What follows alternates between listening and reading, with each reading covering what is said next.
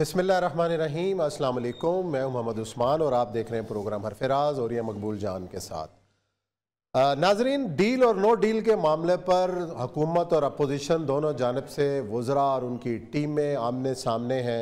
Deal हो रही है, डील नहीं हो रही, मामला है क्या? लेकिन ये तो सारी कहानियाँ एक तरफ, सियासत के अंदर एकदम गर्मी आ चुकी है कि 23 मार्च को PDM ने मार्च का ऐलान किया और आज जो है वो पीपल्स पार्टी ने 27 फरवरी को मार्च से पहले मार्च का ऐलान कर दिया है। ये सूरत हाल है क्या? बड़ी दिलचस्प सूरत हाल है। मामलात किस तरफ जाते हुए नज़र आ रहे हैं और एक तरफ जो ममनुआ और गैर मुल्की फंडिंग का केस है वो भी एक तलवार लटक रही है हुक्मरान जमात के ऊपर। इसका फैसला और इसके असरात क्या होने वाले हैं, ये है आज का हमारा मौजू। दूसरी जानिब सिंध असम्बली के बाहर 5 रोज़ से एक धरना जारी है जमात इस्लामी कराची का, कराची के मसाइल के हवाले से और बल्दियाती बिल के हवाले से।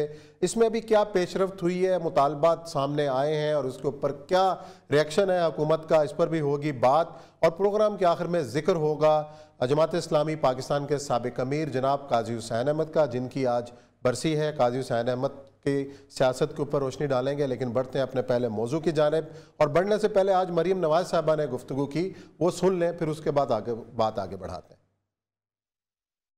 मुस्लिम लीग नून भी ये डिमांड करती है, पाकिस्तान की अपोजिशन भी ये डिमांड करती है और करना चाहिए कि इमरान खान फिल फौर इस्तीफ़ा दे।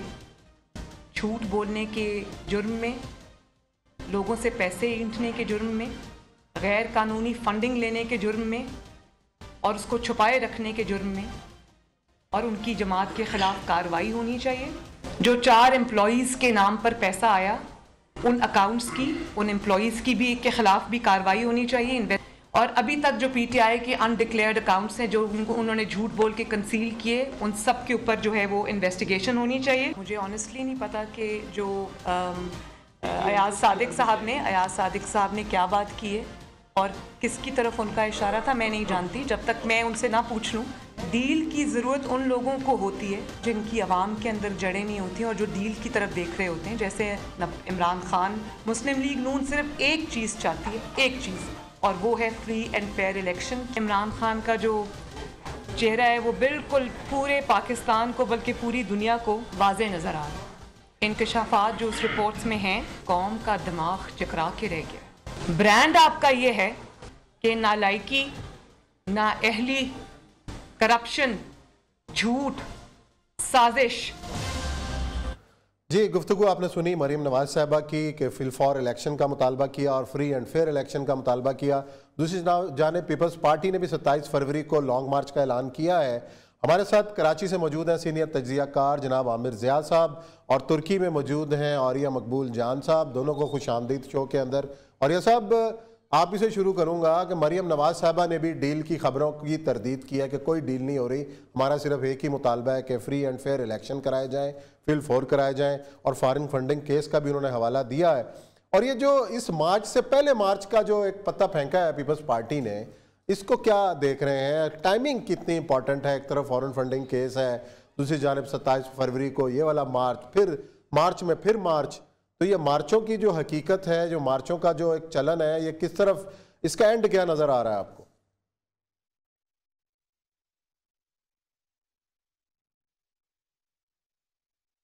जी और ऐसा। अच्छा, हाँ, मुझसे पूछा। अच्छा, बुनियादी तौर पर देखें, एक तो ये है कि मैंने पहले भी कहा कि मार्च तक का जो एरिया है, वर्षा है, वो बहुत मुख्तलिफ किस्म का अरसा होगा पाकिस्तान के लिए। और ये जो मुख्तलिफ किस्म के मार्चेज अब बन रहे हैं, और PDM का और पीपल्स पार्टी का मार्च, दोनों कन्फ्लिक्टिंग मार्च आ गए हैं। इसमें तो असल मसला यह है कि क्या एक अनारकी की सूरत हाल ऐसी बिल्ड की जा रही है इस मुल्क के अंदर, और इमरान खान के साथ उसका केस का आना, फिर उसके साथ साथ उसकी फ्रजाइल मेजॉरिटी, तो क्या मुल्क को एक ऐसे दौराहे पे लाके खड़ा किया जा रहा है कि जहां पर बिल्कुल गवर्नेबल ना रहे, किसी किस्म का कोई लॉ एंड ऑर्डर सिचुएशन ना हो, सियासत आगे ना चल सके, बजट बेहतर ना हो, टैक्स पूरे ना होते हों, और ये ऐसी सूरत हाल के अंदर किसी न किस्म की इंटरवेंशन का जवाब बन जाता है। और जाहिर बात है, जिस तरह के आपके कर्जे हैं और जिस तरह की आपकी सूरत हाल है, जिस तरह का आपका डिसीजन मेकिंग है, आप इस मर्ज पे आ चुके हुए हैं।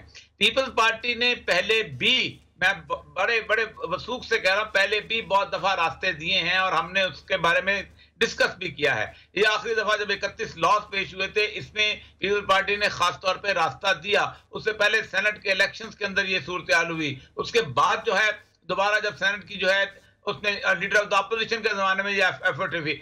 अब ये 23 मार्च के उस धरने से पहले एक धरना निकालना और 23 मार्च से पहले चीजों को एक खास मंतकी अंजाम तक पहुंचाना, ये बड़ा अजीब सा अगरचे की लग रहा है। अगरचे के पीपल्स पार्टी के अंदर स्ट्रीट पावर का सतह वो नहीं है कि वो एक बहुत बड़े जिसे कहते हैं मोबिलाइजेशन कर ले पाकिस्तान को आगे इस तरह की कैफियत में पैदा कर दे कि आगे कोई ना कोई फैसला करना पड़ जाए। लेकिन वो फिर नून लीग पीछे नहीं रहना चाहती, फिर बाकी चीजें पीडीएम आ जाएगा। इन सारों से लगता वही है कि इमरान खान के जाते जाते ये मामला ऐसा कुछ धड़ाम से गिराना का मंजर नजर आ रहा है मुझे कि जिसके अंदर शायद किसी के हाथ में कुछ ना आए। जो आमिर ज़िया साहब से पूछते हैं, आमिर ज़िया साहब, ये औरिया साहब ने जो बात की है कि ये अनारकी की तरफ मामला जा सकता है और किसी के हाथ में भी कुछ नहीं आ सकता। पहला सवाल तो ये है कि जो डील की बातें हो रही हैं, क्या डील अगर हो भी रही है तो इस तरह चीज़ें पब्लिक के सामने आती हैं अगर कोई बैकडोर को राब्ते भी हैं तो? बात ये कि देखिए डील की बातों का तो जवाब आ गया और मेरे ख्याल में बड़े वाज़ेह अल्फाज में आया। हमने देखा कि जो कुछ सियासी खिलाड़ी थे उनकी जानिब से ये दावा किया गया, ये साजिशी थ्योरियां पेश की गई, ये फाहें थी कि जनाब एक डील होने जा रही है और उसकी वजह से जाहिर है कि लोगों में एक तशवीश के आसार भी हुए क्योंकि बहुत सारे तजिया निगारों के नज़दीक जो है किसी भी किस्म की डील एक कन्विक्टेड प्राइम मिनिस्टर से साबिक कि वो उसका ना कोई मंतकी जवाब था, ना कानूनी तौर पे आप उसको जस्टिफाई कर सकते हैं, ना आईनी तौर पे। यानी कि कोई राजवाड़ा तो है नहीं कि कल तक एक आदमी के जो सजा याफ्ता उसको आप बैरून मुल्क से दरामद करें और धो धाकर एकदम आप उसको क्लियर कर दें without undergoing the due process of law. तो ये चीज इम्कान से बाहर थी, लेकिन जाहिर है कि हमारी जिस तरह की तमाशे होते रहे हैं तो बहुत सारे लोगों ने इस पर यकीन करना मुनासिब समझा। और ये भी, लेकिन मैं एक सवाल करता रहा हूँ, जब ये जो कल का DGISPR की प्रेस कॉन्फ्रेंस, उससे पहले भी हम लोग बात करते रहे मुख्तलिफ प्रोग्राम में कि ये मुमकिन नहीं कि अचानक जो है इस्टेब्लिशमेंट या फौज जो है अपना बयानिया यकसर बदल दे। मतलब उन्हें भी कुछ मतलब मंतकी जवाब पेश करना होगा ना अपनी बातों का, है ना। तो वो बिल्कुल मेरी समझ से बाला करता है। कोई पाकिस्तानी कौम बच्चा जमहूरा तो है नहीं कि आपने कहा भाई घूम जा। कल तक आप कह रहे थे ये सारे लोग के भाई करप्ट हैं और इन्होंने फला चीज की फला चीज की, एकदम धो धाकर इनको दूध से आप किस तरह से लोगों के सिरों पे मुसल्लत कर सकते हैं। तो ये एक सवाली निशान था और उसकी आप खुद देखें कि जवाब उसका DGISPR की तरफ से बड़ा मुख्तसर लेकिन बड़ा मेरे ख्याल में उसके कहते हैं ना टू द पॉइंट आया है। इसमें उन्होंने कहा कि जी बिल्कुल बेबुनियाद हैं, बेसलेस हैं और आप उन्हीं से पूछे कि किनके साथ बात हो रही थी। तो जब आर्मी ने ऑफिशियली इस चीज को डिनाई कर दिया तो फिर उस गुब्बारे में से खुद ब खुद हवा निकल जाती है। फिर ये नून लीग नहीं कह सकती कि जी हम डील नहीं करना चाह रहे या हमारे ऊपर कोई है, क्योंकि कोशिशें तो हुई हैं और वो जाहिर है कि फौज को भी एहसास होगा, अवाम की पल्स जो है वो भी देखते होंगे। तो ये नहीं मुमकिन हो सकता कि कन्विक्टेड प्राइम मिनिस्टर। फिर दूसरी बात ये कि जो नवाज शरीफ साहब और उनके इर्द गिर्द जो हवारी हैं, जो अपने वो दिल में अनाद और बुग़्ज़ रखते हैं पाकिस्तान के इदारों के खिलाफ, और वो एक कहते हैं ना एक प्लाइंट किस्म के इदारे चाहते हैं, एक हैयत तब्दील कर देना चाहते हैं पाकिस्तानी रियासत की। तो मेरे ख्याल में जब उस चीज़ का मुझे जैसे मतलब कराची में बैठे हुए सहाफ़ी को पता है, आपको पता है, तो इदारों को भी पता होगा कि भाई इनके क्या ज़ाइम है, इनका ताल्लुक किससे है, किन लोगों से है। तो मैं नहीं समझता कि ये जो चीज़ थी और बड़ा अच्छा हुआ कि गुब्बारे से हवा निकल गई। अब आइए दूसरी बात जो है कि जी अपोजिशन का एजिटेशन मार्च से पहले मार्च मार्च से पहले मार्च, मैं समझता हूँ कि इसमें पोस्चरिंग ज्यादा है। और अगर इमरान खान को कबल वक्त हटाने की बात होती है, हटाया जाता है, इन हाउस चेंज या इस तरह की कोई क्राइसिस पैदा कर देते हैं, तो उसका मतलब ये होगा कि इमरान खान जो है वो सियासी शहीद हो रहे हैं और 2023 के इंतखाबात में उनका जो है भाव जो है खुद ब खुद बढ़ जाएगा। इमरान खान को प्रीमेच्योर हटाने का मतलब ये होगा कि इमरान खान जो है बड़ी वेंजेंस के साथ वापस आएंगे एज अपोजिशन लीडर। और उसमें जाहिर है कि अगर उनके मुकाबले पे जो सियासतदान है, जरदारी है और नवाज शरीफ साहब और उनका खानदान है, तो उनमें उन लोगों की कोई अखलाकी क्रेडिबिलिटी नहीं है उन लोगों की।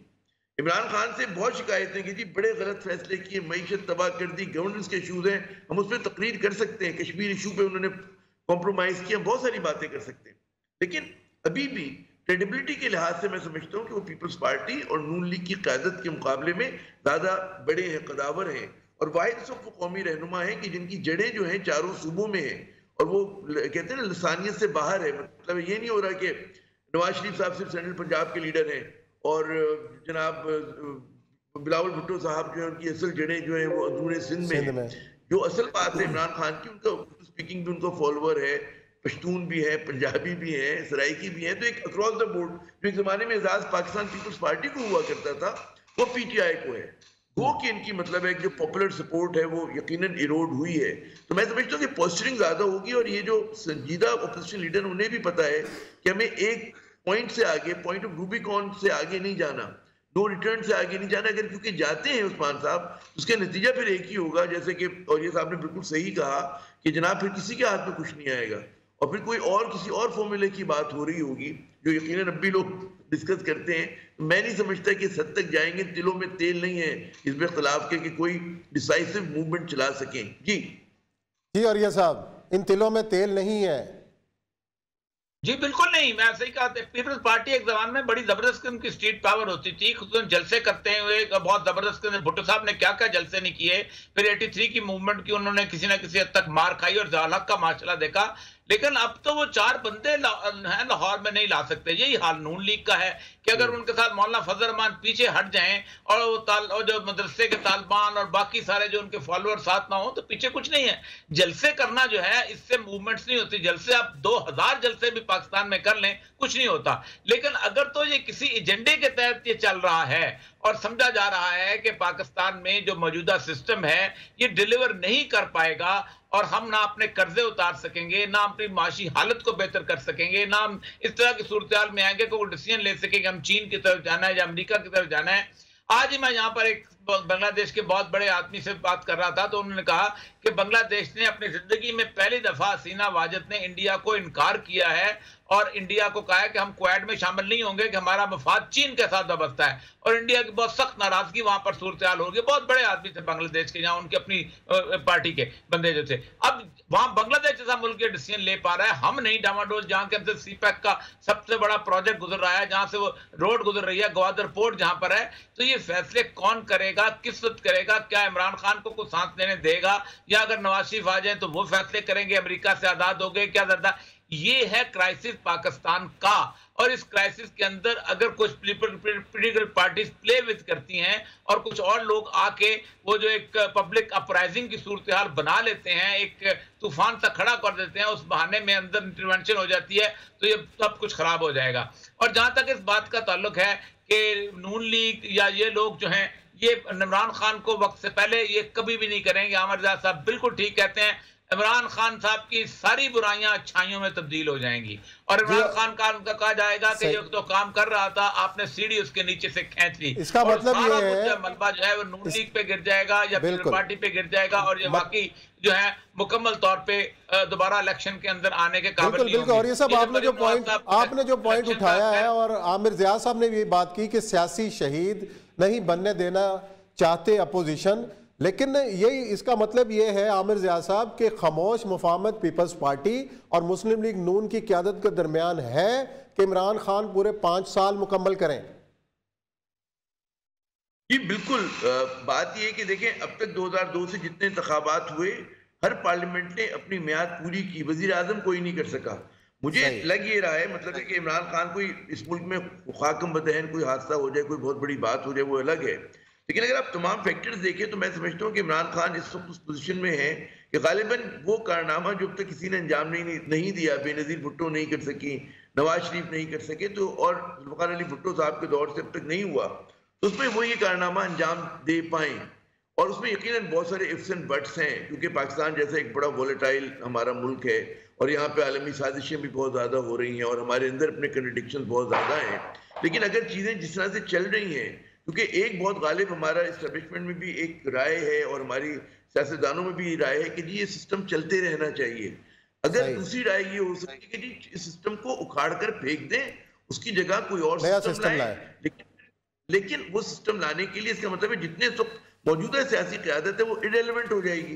बिल्कुल सही मतलब है उस नए सिस्टम में कि आप कोई कौमी हुकूमत लाते हैं, आप इस तरह के बनाते हैं सिस्टम। क्योंकि मेरा तो तज़िया ये कि जनाब इस मुल्क में पार्लिमानी फॉर्म ऑफ डेमोक्रेसी जो है वो गुज़श्ता 50 साल से डिलीवर नहीं कर सका है और इसको बायार लोगों ने एक मजहब के तौर पे हम तस्लीम करते हैं कि जी इसके अलावा कोई चीज हो नहीं सकती है। तो हमें सोचना चाहिए आउट ऑफ द बॉक्स कि मगरबी जमहूरियत की नकाली हमें कहाँ लेके जा रही है। जी बिल्कुल सोचना चाहिए। बहुत बहुत शुक्रिया आमिर ज़िया साहब। ब्रेक का वक्त है, ब्रेक लेते हैं। ब्रेक के बाद आएंगे और जिक्र करेंगे कराची के मसले का कि जिस इशू के ऊपर जमात इस्लामी वहाँ धरना दिए हुए है उनके मुतालबात पर किस हद तक पेशरफ्त हुई है या बिल्कुल इनकार है, इस पर लेंगे अपडेट। कराची से हमारे साथ रहें।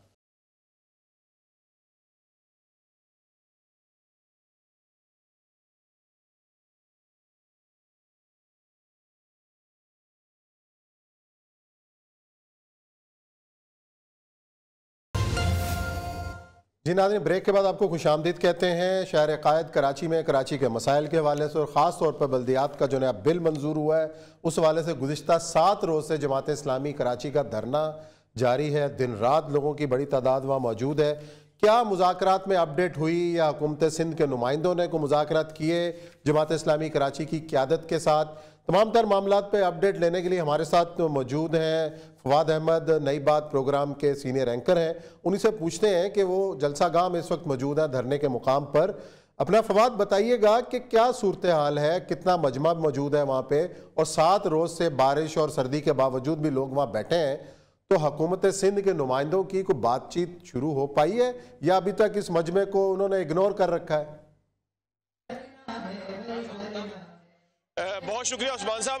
देखिए यहाँ पर मुज़ाकरात का मामला जो मैं आपको थोड़ी देर में बताता हूँ, लेकिन मुझे मेरे रिपोर्टर ने अभी खबर दी जो मेरे साथ यहाँ पर मौजूद था कि किसी और को फ़ायदा हो ना हो, कराची को हक मिले ना मिले, ये ज़रूर हुआ है कि यहाँ से चंद कदम के फासले पर जो सिंध सेक्रेटेरिएट है वहाँ मुख्तलिफ सेक्रेटरीज अब रोज़ाना की बुनियाद पर सिर्फ इस खौफ से नहीं आ रहे कि कहीं धरना जो है वो सेक्रेटेरिएट के बाहर ना लग जाए और उसके बाद उनका घर जाना वापस मुश्किल हो जाए। तो किसी और को फ़ायदा हो ना हो, कराची के लोगों को हकूक मिले ना मिले, सेक्रेटेरिएट के अंदर बहरहाल छुट्टी का एक माहौल है और लोग वहां पर जो है वो हाजिरी मामूल से कम है। मुज़ाकरात की आपने बात की, यहाँ पर जो है वो नासिर शाह साहब ने फ़ोन किया था हाफिज नईम रहमान साहब को और उन्होंने बातचीत भी की है, लेकिन इब्तदाई तौर पर बातचीत के बाद खुद नासिर शाह साहब आज के दिन ही लाहौर में मौजूद थे और यहाँ पर कोई ऐसी बामकसद बातचीत नहीं हो सकी कि जिसके नतीजे में आप ये कह सकें कि जमात इस्लामी के मुतालबात जो है उनको किसी जगह पर जो है वो पाया तकमील तक पहुँचाया जा रहा है या उनको सुना जा रहा है या उनके ऊपर बात की जा रही है। यहाँ माहौल की बात करें,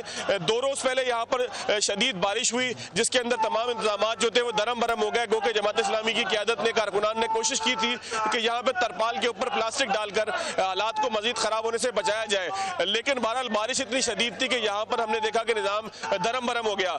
जमात इस्लामी के कारकुनान की बात की जाए, उस तमाम अरसे के अंदर के जब यहाँ पर शदीद बारिश थी, जमात इस्लामी के कारकुनान और उसकी पूरी क़यादत हाफिज नईम रहमान साहब की मौजूदगी में यहाँ पर मौजूद रही। यहाँ पर हम देख रहे हैं कि जो कारकुनान है उनका जज्बा जो है वो रोज बरोज कम होने के बजाय बढ़ रहा है। ये भी है कि कारकुनान की खातिर तवाज़ा की जा रही है। यहाँ पर कुछ देर पहले उन्हें सूप पेश किया गया, चाय आई। इसके अलावा हम देख रहे हैं कि यहाँ मुख्तलिफ लोग हैं। एक साहब ने यहाँ पर कई दर्जन अंडे दिए कि जी अंडे गर्म करके उबाल करके कारकुनान को खिलाए जाए। तो यहाँ हम देख रहे हैं कि एक पूरा इंतजाम मौजूद है और कोई ऐसी सूरत हाल नहीं लग रही कि अगर इनके मुतालबात मंजूर नहीं होते तो यहाँ से चले जाएंगे। एक चीज़ मैं आपको और बताऊँ कि यहाँ पर कर अमीर जमात इस्लामी सिराजुल हक साहब भी जो है वो आएंगे, जिसमें कहा जा रहा है कि धरना एक बड़े जलसे के अंदर तब्दील हो जाएगा।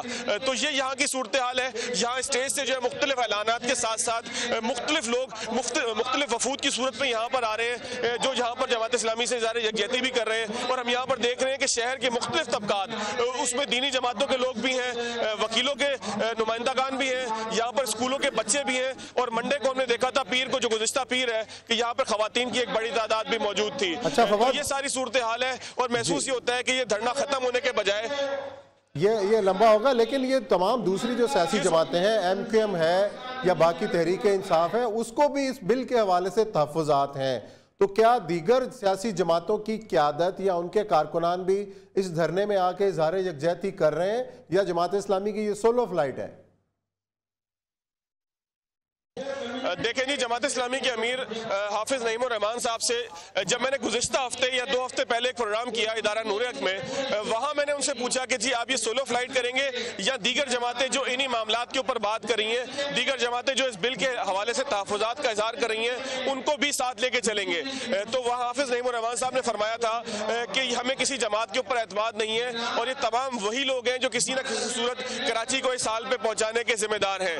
आज जब हमने हाफिज नईम रहमान साहब से सवाल किया किया तो उनका जवाब कदरे नरम था और उन्होंने दीगर जमातों की शमूलियत के हवाले से कुछ आमादगी भी जाहिर की और उन्होंने कहा कि हमारे दरवाजे खुले हुए हैं और हमारे दरवाजे खुले होने के साथ साथ जो भी यहाँ पर आएगा, पीएसपी की क़यादत यहाँ पर अरशद वोरा साहब की क़यादत में उनका एक वफद यहाँ पर आया, उन्होंने इज़हार यकजहती किया। उनका कहना यह था कि बाकी जमातों के भी हमें फ़ोन आ रहे हैं, बातचीत हो रही है और हम तमाम लोगों के साथ मिलकर चलने के लिए तैयार हैं। तो थोड़ा सा मुझे इनके मौक़िफ़ के अंदर भी एक फ़र्क नजर आया है कि हाफिज़ नईमुर रहमान साहब अब ये कहते हैं कि हम दीगर जमातों को साथ लेकर चलने के लिए तैयार हैं और जो लोग यहाँ पर आ रहे हैं उनको वेलकम भी किया जा रहा है, न सिर्फ वेलकम किया जा रहा है बल्कि उनका खिताब भी कराया जा रहा है और यहाँ पर महसूस ये होता है कि कराची एक बड़ी शराकतदारी की तरफ जा रहा है। लेकिन आने वाले हालात बताएंगे कि जमात इस्लामी किस हद तक दीगर लोगों के साथ बैठने के लिए तैयार है।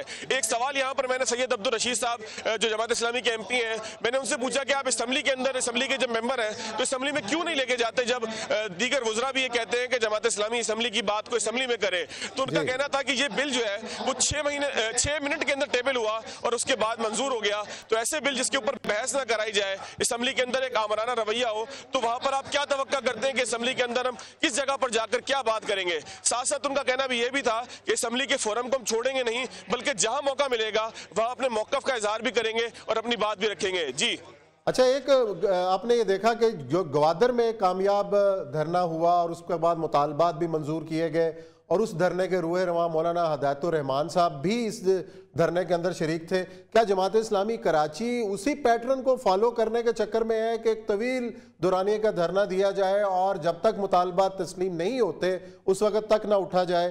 तो क्या यहाँ पे भी आपको ये मूड होता हुआ नजर आ रहा है? देखें जी, मौलाना हिदायतुर रहमान साहब यहाँ पे तशरीफ भी लाए थे धरने के इब्तदाई अयाम के अंदर, उन्होंने इज़हार यकजहती भी किया था, साथ साथ उन्होंने जो है वो यहाँ पर खिताब भी किया और उसके बाद कराची प्रेस क्लब के अंदर भी उन्होंने खिताब किया। यहाँ मैंने यही सवाल हाफिज़ नईमुर रहमान साहब से किया कि आपका ये धरना कितना तवील होगा, आप कितने अरसे तक यहाँ पर बैठेंगे? तो उन्होंने कहा कि हम यहाँ से कुछ लेकर ही जाएंगे और हमारी तहरीक अब आगे की तरफ बढ़ेगी। इस तहरीक को रोकने का या इसको पीछे की तरफ लेकर जाने का या इसको किसी तरीके से थाम लेने का कोई हमारा ऐसा इरादा नहीं है।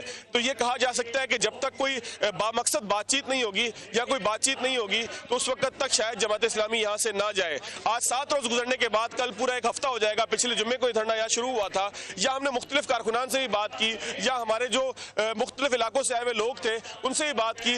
2 चीजें मैंने यहाँ पर महसूस की कि एक तो यहाँ पर जो कारकुनान मौजूद है, अब वो कारकुन है या आम आदमी है, लेकिन वो अपने मुतालबात के हवाले से बखूबी आगाह है कि जमात इस्लामी का बुनियादी तौर पर इस धरने के हवाले से, इस इज्तिमा के हवाले से मुतालबा क्या है। साथ साथ ये है कि यहाँ मैंने लोगों से पूछा कि अगर हाफिज़ नईमुर रहमान साहब कहेंगे कि पूरा महीना बैठे रहो या तहरीक इंसाफ की तरह 3 महीने बैठे रहो तो फिर आपका क्या मामला होगा, आप किस तरीके से उसको रिस्पॉन्ड करेंगे? तो लोगों ने कहा कि हम अल्लाह के दीन की खातिर यहाँ पर आए हैं, हम हाफिज़ नईमुर रहमान साहब की कॉल पर इसलिए आए हैं कि ये जमात इस्लामी की कॉल है और जमात इस्लामी का कारकुन हर हाल में, चाहे आंधी हो, तूफान हो या और दीगर मामलात हो, यहाँ से अगर कोई उन्हें उठाने की कोशिश करेगा तो वो मज़ाहमत करेंगे, लेकिन यहाँ से अपने मुतालबात के हवाले से हाफिज़ नईमुर रहमान के ऐलान तक यहाँ से नहीं जाएंगे। औरिया साहब से मैं पूछूंगा, औरिया साहब जिस तरीके से फवाद बता रहे हैं कि जमात इस्लामी के कारकुनान का कोई मूड नजर नहीं आता यहाँ से उठने का, आज 7वां दिन है और कभी तक किसी मुतालबे के ऊपर कोई कान नहीं धरा गया, कितना कि ये जो एजिटेशन की सियासत है, इस तरह के धरने कितना लंबा चल सकते हैं? को आपने तो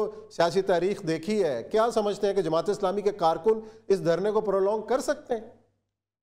देखिए, कराची के जहां तक कराची का ताल्लुक है, क्योंकि ये लोकलाइज किस्म का होगा तो ये तो अगले 2 साल तक भी धरना दिया जा सकता है। इसकी मिसाल न्यूयॉर्क के धरने की है कि जो क्योंकि लोकलाइज धरना था, जब आपको याद होगा कि उन्होंने कुत्ते के गले में पटा डाल के 99% उसको लगाया हुआ था, तो वो तो 7 महीने बर्फ के अंदर भी पड़े रहे थे, क्योंकि यहाँ आपने माइग्रेट नहीं करना, इमरान खान के धरने की तरह पूरे पाकिस्तान से लोगों को इकट्ठा नहीं करना, ये कराची के लोग हैं, कराची का इशू है, ये तो 2 साल भी बैठ सकते हैं। लेकिन जो आमिर ज़िया ने पिछले सवाल की एक बात छोड़ी थी, मैं उसको आगे बढ़ाऊंगा इस धरने के हवाले से। उसने कहा था हमने जमहूरियत को और पार्लिमानी निजाम को मजहब बना लिया हुआ है कि तब्दील नहीं हो सकता। यही वजह है कि आज कराची जो है वो रो रहा है और उसको मजहब के अंदर हमने पाकिस्तान में जो 4 इकाइयां है ना, जो अंग्रेज बना के गया था, सिंध, पंजाब, बलूचिस्तान और उस वक्त सरहद होता था, इसको बना लिया हुआ है। पाकिस्तान में कम से कम 15-20 इकाइयां हैं। कराची की इकाई बिल्कुल मुख्तलिफ है, सिंध की इकाई बिल्कुल मुख्तलिफ है, सरायकी की इकाई बिल्कुल मुख्तलिफ है, उसके साथ साथ हजारावाल की इकाई बिल्कुल मुख्तलिफ है। स्वात अपने वाले स्वाती जो अपनी मुख्तलिफ इकाई समझते हैं, कहते हैं हमारी सियासत रही हुई है। बहावल वाले अपने, बहावलपुर वाले अपने समझते हैं। तो आज मुझे लगता है ये कराची जो है इसका धरना अगर प्रोलॉन्ग कर गया तो ये फैसला करके उठेगा ये धरना कि पाकिस्तान में दोबारा बताओ कौन सी इकाइयां हैं और किन इकाइयों को इकट्ठा करके हमने वफाक बनाना है। ये जो तुमने गुज़श्ता बहुत शुक्रिया औरिया साहब, फवाद साहब, आपने हमें धरने के मुकाम से अपडेट किया। यहाँ लेते हैं ब्रेक, और ब्रेक के बाद आएंगे तो प्रोग्राम का सिलसिला जारी।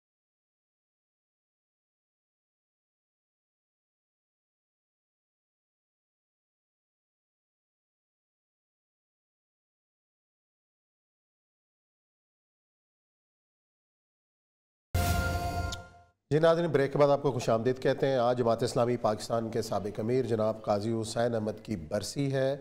उनकी सियासत, उनकी शख्सियत पर आज हम बात करते हैं। और यह मकबूल जान साहब, काजी साहब के हवाले से ज़ाहिर आपने भी उनके करीब से देखा, हमारे साथ भी कई इंटरव्यूज़ उनके हमने भी किए।